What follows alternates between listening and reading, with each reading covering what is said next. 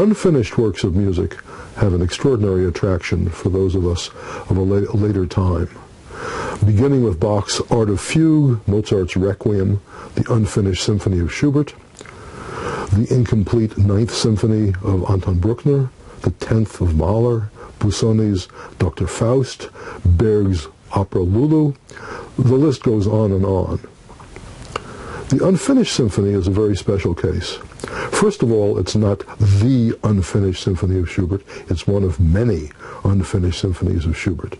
And there are also unfinished string quartets and piano sonatas. There was a compositional crisis time in Schubert's life in the early 1820s when he left incomplete more instrumental pieces than he completed. No one is quite sure why, and it's most striking in the case of the unfinished symphony, where there are these two magnificent movements surviving, and then an incomplete third, which is frankly not anywhere near at the same level as the first two. There have been all sorts of attempts made to complete the unfinished symphony, either using material by Schubert himself, or in other manners. There was a composition contest in 1928 honoring the centenary of Schubert's death for the best completion, which was kind of an embarrassment as far as I can tell. The most significant thing we can say about completing the unfinished is that while there are canonic completions of Mozart's Requiem and Mahler's 10th and the Busoni Faust, there have been many attempts made at completing the unfinished, and none of them really persists in any way whatsoever in the repertoire. What makes the piece special, besides its unfinishedness, is of course the pervasively high quality, evocative quality of the music, the extraordinary lyricism, the phenomenal chromatic harmony, the delicate, subtle touches of instrumentation, and the fact that it is utterly unlike the preceding 6 completed symphonies of Schubert, which are wonderful essays in a neoclassical idiom. That is to say, they take not even late Beethoven, which is more or less contemporary with them, but they take the early symphonies of Beethoven, the late symphonies of Haydn, the late symphonies of Mozart as models, fill them with uniquely beautiful music, very Schubertian, very uniquely so, but they are not idiosyncratic in the way that the unfinished is. The reason the unfinished is so special is because of its pervasive lyricism, although it has powerfully gripping dramatic moments, the iridescent chromatic harmony, the very special use of the orchestra. Trombones in a symphonic piece were relatively rare at this time, and he deploys them both as a way of adding weight to the loud moments and giving soft background harmonies. The woodwind writing is particularly remarkable as well.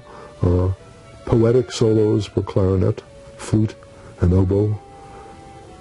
Beautiful combinations of wind sound emerging from the orchestral mass, and above all, the very famous cello tune in the first movement, which once heard is never forgotten, and which is such a commonplace in terms of orchestral sound nowadays that one is hard-pressed to remember how radical such a gesture actually would have been in 1822.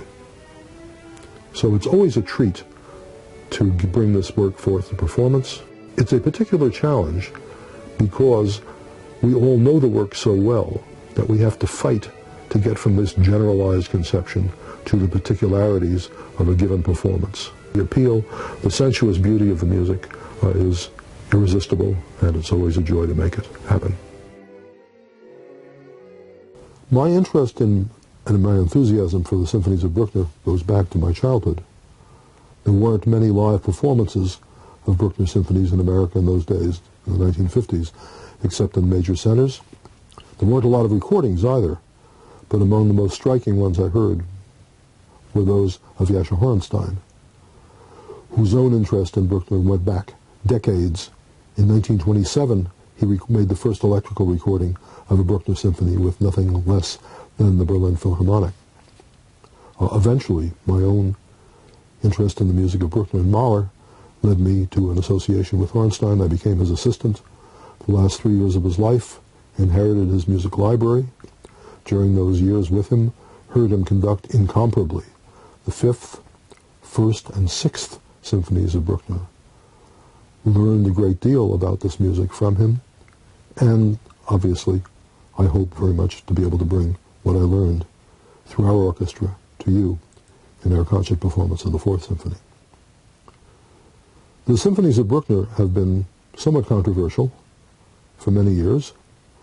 Part of this is the composer's fault. A fastidious man with amazing contrapuntal skill, amazing compositional gifts, and an incredible command of form and instrumentation, and wonderful sense of melody.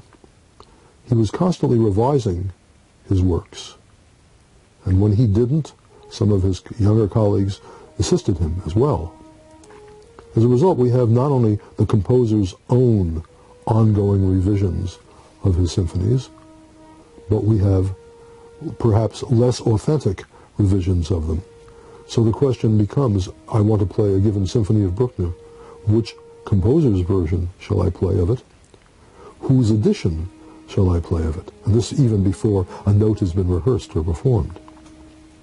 But at the same time, as with Schubert, with its relationship to his vocal music, there's always a sense of something going on behind it. A non-abstract, concrete image of some kind of dramatic scenario. The first movement, the composer himself, either facetiously or helpfully, says begins with a nightly procession sallying forth from a castle at dawn, and you hear against a gently murmuring background horn calls which gradually grow in strength, etc., etc. The slow movement has a processional quality, a slowly unfolding melody against a simple background, building again to a very sonorous climax near its end and then dying away. Bruckner symphony movements generally have a quality of successive waves of sound. The third movement is obviously a hunting scene, and the composer admitted as much. Horn calls, again, starting in a distance and gradually growing nearer with the entire brass section piling in. Its middle section, the trio, is in the style of a slow Austrian peasant dance, a Ländler. Bruckner said, well, here the hunters pause for lunch. The last movement, the longest of all, brings back themes from the preceding movements, has the most powerful wave structure, and ends with a glorious climax in which the opening horn calls of the first movement appear, played as loudly as possible. The thing I hope I learned most from Jascha Hornstein's conducting of Bruckner and of Mahler was his ability to project successfully both the long form, the largest structure of these big works, and at the same time to characterize the incidents, the individual moments of beauty and of intense passion in them. Hornstein was a remarkable conductor of these unwieldy works. He had an unerring sense for pacing and for large structure, as well as the kind of acute ear and inner imagery to make the individual moments as attractive and as specific as possible. Conducting Bruckner, conducting Mahler, requires this incredible balance between structure and detail. I hope if there's one thing I learned from him, it would have been how to make this balance work, how to evoke it from an orchestra, and above all, I hope that we in our own performance bring forth the variety, the passion, the power of this music as a noble conclusion to the concert.